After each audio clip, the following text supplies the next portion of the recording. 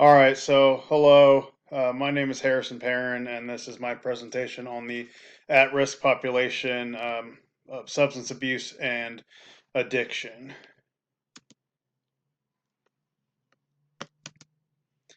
So, a little background on it.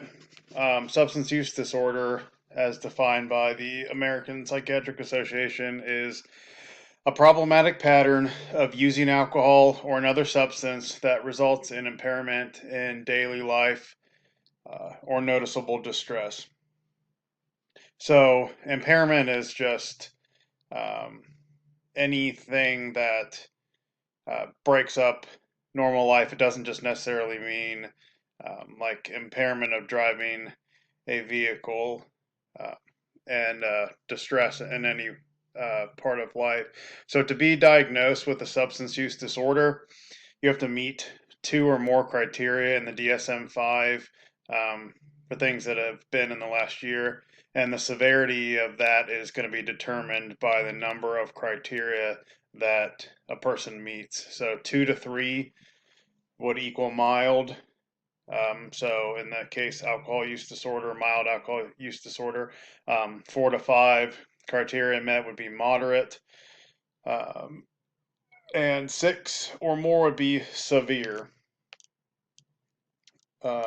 So, a little more background. This is an example of the criteria, and I paraphrased this for this presentation because it's kind of wordy the way it is in the DSM-5. Too much for one of these slides. So, for the case of alcohol use disorder, some of the criteria would be, you answer them yes or no, that you have in the last year drank more than you intended to, tried to stop but could not stop your drinking habit, that you're preoccupied with thinking about drinking alcohol, that drinking or its effects have interfered with your responsibilities, that you've continued to drink although it's causing health or mental health issues, had to drink at an increased amount to achieve intended effect, or aka tolerance, and engaged in hazardous situations while drinking or after drinking, such as operating machinery, going swimming, unsafe sex, that kind of thing. And the criteria for like opioid use disorder is incredibly similar. It's going to be very similar for all of the substance use disorders for the most part. The DSM points out 9 types of drugs that are recognized as having substance use disorders associated with them. Would be alcohol, caffeine, cannabis, hallucinogens, that's LSD, psilocybin or mushrooms, inhalants, like huffing paint, etc., opioids, which is a broad category, including um, things like fentanyl, and pain medication, otherwise like Vicodin, or manufactured street drugs like heroin. Um, there is sedatives, hypnotics, anxiolytics, which are mostly made up currently, I think, of benzodiazepines like Xanax.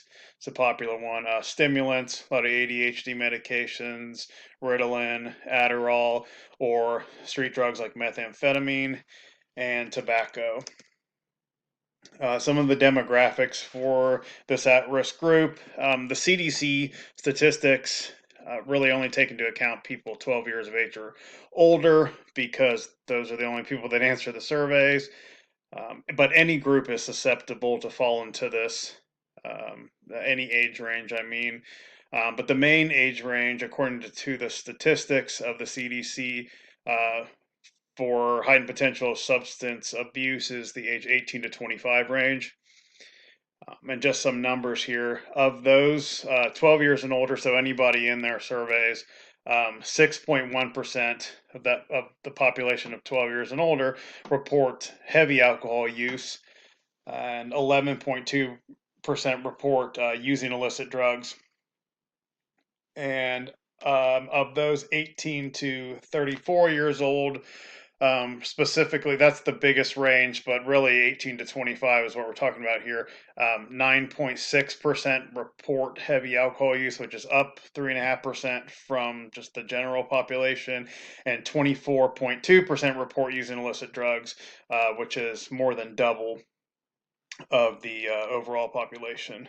And that's as of 2018. So, some of the things that make um, this population what we call at risk, that they are at great risk for homelessness. Addiction is highly prevalent among homeless adults. The two kind of go hand in hand. One can cause the other. They play off of each other. There can be a lot of health problems for those in the substance use uh, disorder category. In the UK, not just in the United States, but in the UK, they report 90% of chronic infections to be coming from intravenous drug users, as in people seen in the hospital. Hepatitis C is always a big thing, and as well as HIV still is, because of the transfer of infectious disease through the use of hypodermic needles. And there's just a lot of different health problems that can arise from drug use. Um, in the United States, specifically in this data here, females are particularly susceptible to sexual abuse um, when they are involved with drugs and alcohol. Drugs can be used as a powerful tool of coercion, especially against women. 50% of women entering treatment, this is kind of a shocking number, report trading sex acts for drugs or money. So that would definitely put them in the at-risk category for trauma. And 75% of women involved in commercial sexual exploitation have used or are using illicit substances, which is a really high number. Some more numbers from the UK. In terms of domestic violence, which is another thing that people diagnosed with substance use disorders are susceptible to, they're at risk of. 87 to 90% of offenders in cases of intimate partner violence are considered harmful or hazardous drinkers on a regular basis. In Scotland, 66% of intimate partner violence directly involved alcohol use, which is a shocking number. In England, adults age 16 who have, let me say that again, I had some computer problems here. In England, adults age 16 to 59 who have taken illicit drugs in the last year are actually 3 times as likely to experience domestic violence as another individual. And this domestic violence, it commonly is thought, might occur while the perpetrator is under the influence, but it can also be due to anger or other stress involved in the process of attempting to obtain the substance of abuse. So, society's view of this population, it's harmful opinions. A lot of the time, terms like junkie are thrown around: user, dope fiend, criminal, liar, thief. And probably the most dangerous view is that they are hopeless. This subject is near and dear to my heart, as I am a person in recovery, 3 years now myself, and that category of substance abuse can really be harmed even further by other people or yourself believing that the situation is hopeless. So that is a big thing to overcome. Some of the reasoning for society's views of this is there is a high rate of crime. There's no denying that associated with substance abuse. There just is. There's high rates of relapse. I don't really need to throw a lot of numbers out there. Everyone knows that's the case. There has been a war on drugs in this country for decades now. That part of its process is to cast negative light on drugs and those that use them, and an overall lack of education on this subject in the public.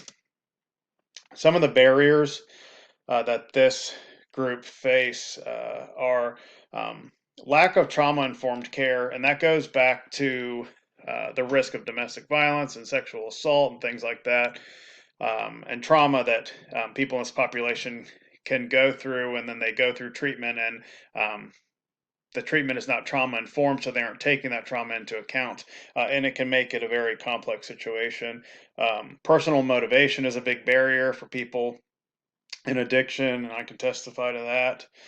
Health problems of all types, a lot of dental problems can be hangups, just other physical problems, like I said, bloodborne pathogens, etc., can be barriers.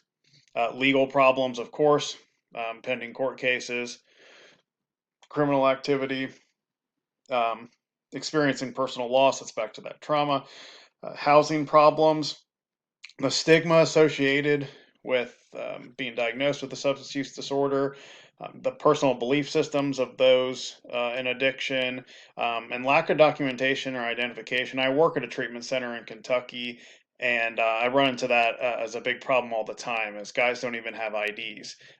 There's also a high prevalence of relapse, as I mentioned before, low self-efficacy or belief that they are capable.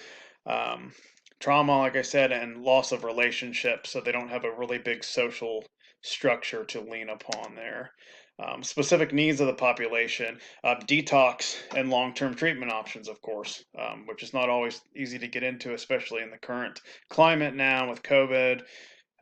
Places are operating in a little different way. It's a little more closed off. It's hard to get in. They need access to medications and other health care to get them on their way. Housing, employment, social support, access to 12-step programs, which is another thing that's a problem right now as due to COVID.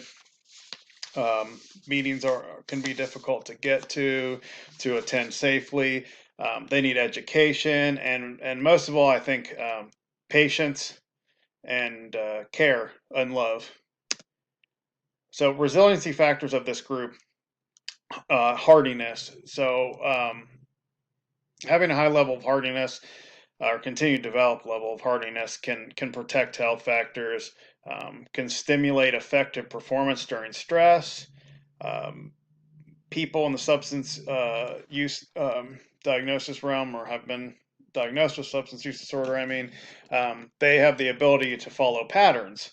I can testify to that. So they have the ability to develop routines, and that means they can develop new good routines. And ego resilience, so we can be ego-driven people, and it can give us the ability to adjust to circumstances and to face those difficult circumstances. Some events in history that have kind of shaped where we are today. Post Civil War America, the opioid morphine really came to be, and the use of hypodermic needles started and spiked. And even back then, thousands of Americans were dying from overdoses. Government legislation in the aftermath of that, Food and Drug Act, Harrison Anti-Narcotic Act, and the Heroin Act, all were trying to prevent further damage from those things. Prohibition in America, which was really unsuccessful. The Vietnam War, where up to 20% of soldiers at one point stationed abroad were addicted to heroin.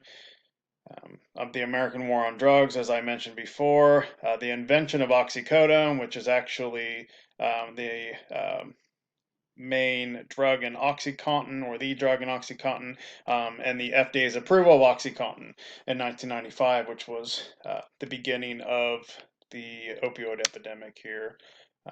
And here are some beautiful references, and thank you very much.